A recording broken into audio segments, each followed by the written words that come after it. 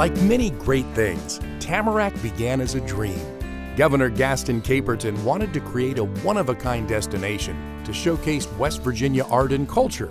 That in turn expanded the state's tourism industry and created jobs. With the support of the Parkways Authority, Tamarack broke ground on August 8, 1994. Behind the scenes, jurors worked to select West Virginia-made products of the highest quality to be sold at Tamarack. In 1996, Tamarack opened its doors. By the end of that same year, more than 1,300 West Virginia artisans were selling their products at Tamarack. Over 450,000 people had visited, and sales had topped 3.3 million. Tamarack owes its success to the thousands of West Virginians who have dedicated their time and energy to fulfilling Governor Caperton's dream. Artisans Connie and Tom McCauley were both highly involved with Tamarack at its inception. They both began as basket makers, and Connie has since moved on to creating handmade jewelry. I was really impressed from the very beginning that they brought the artists in the decision-making process. It's most important for Tamarack to operate as a real business, and yet, even though it needs to operate as a real business, it is also a tourist destination. It is the face of West Virginia. Tamarack gives the opportunity for everyday items to be a part of people's lives, you know. How do you have an economic development project that puts jobs in every county in the entire state of West Virginia? Tamarack did that. Mm-hmm. And brought income. And it's amazing. Keith Lahti is a potter with more than 3 decades of experience. He makes both functional and non-functional pieces and has more recently focused on creating unique memorial urns. I went to college at Albion College in Michigan, starting in 1967, 67 to 71. And like a lot of people do at liberal arts colleges, I tried a bunch of majors and finally settled on the one that had been my love all along, which was art. Sheila Burge and Rebecca and some people had an idea, the whole crew, Ann Bradley, David Dickerson, all these people, Gaston Caperton, had an idea that this could be a great direction for West Virginia and a great showcase for West Virginia. But they wanted to do test marketing first. So they had a few of us. Rebecca had managed the Cultural Center shop, is how I met her. And I was one of the original artists there. To do test marketing, they asked Rebecca, can you recommend a few people? And they bought pottery from us and put it in just a tiny little space at one of the plazas to see how it would sell. It sold like crazy. So pretty soon Tamarack was in the works. And Tamarack has been a showcase for this ever since the beginning. Clint Bryan, the architect, did an unbelievable job. This was the culmination of his life's work was designing Tamarack.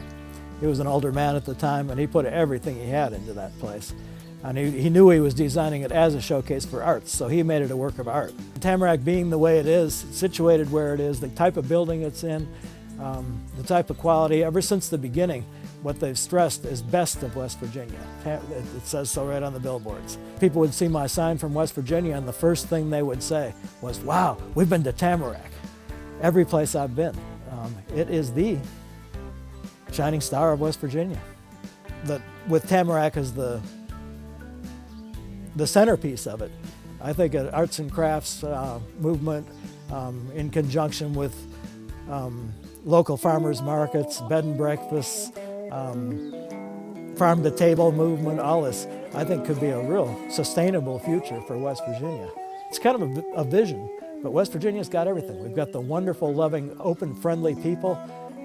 We've got the natural beauty. We've got Tamarack. It's just, why not? Carter Taylor Seton is an author of 3 books and a sculptor who creates her own designs as well as executing commissioned portrait busts. For me, Tamarack is the essence of West Virginia.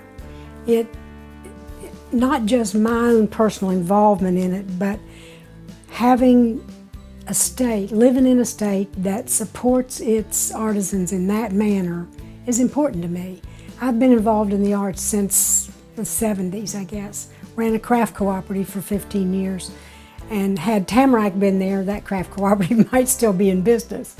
But it's just marvelous to be able to see all of those artisans, hundreds and hundreds and hundreds of them, I think it's something like 2,000 maybe, that have the opportunity to sell their product there. And that means that to me too, to know that people can go there, buy my books, see a piece of my sculpture.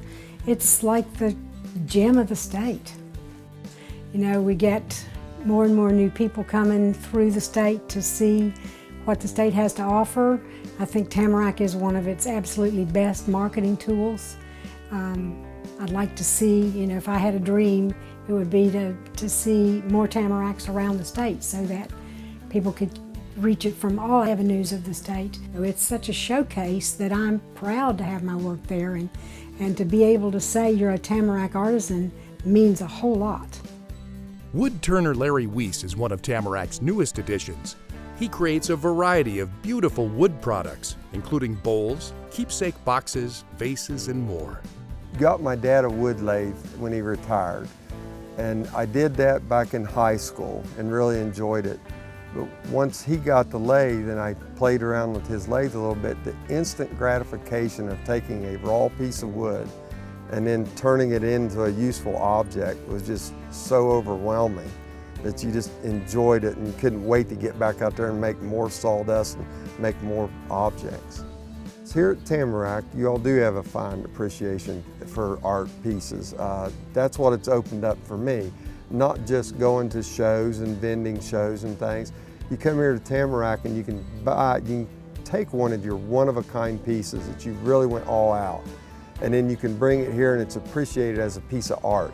Even though it's like a bowl or a platter, it can still be a piece of art here and it's appreciated by that. It's not cluttered, it's clean, it's fresh, it's new, it's light. It's not just tourism or you know, knickknacks. It is very nice artwork here. Well, the best thing about it is it's known throughout the state and the East Coast of being the best of West Virginia. You know, we have a best of West Virginia show here, but it's also not just that, it's the best of. So if you live in West Virginia, it gives you a place to bring your stuff, to really challenge yourself, and to do the best work you can do and bring it to the best of place to show it off in West Virginia. You'd be surprised where we're vacation down south or up north, people know this place. So when you mention that you're an artist in Tamarack, they automatically know the quality that you got. Today, Tamarack houses artwork by more than 1,600 juried artisans and craftsmen, offers gourmet West Virginia foods, and hosts live music and events in its theater and conference center. Thank you for embracing Tamarack, the best of West Virginia, as part of the Mountain State for the last 20 years.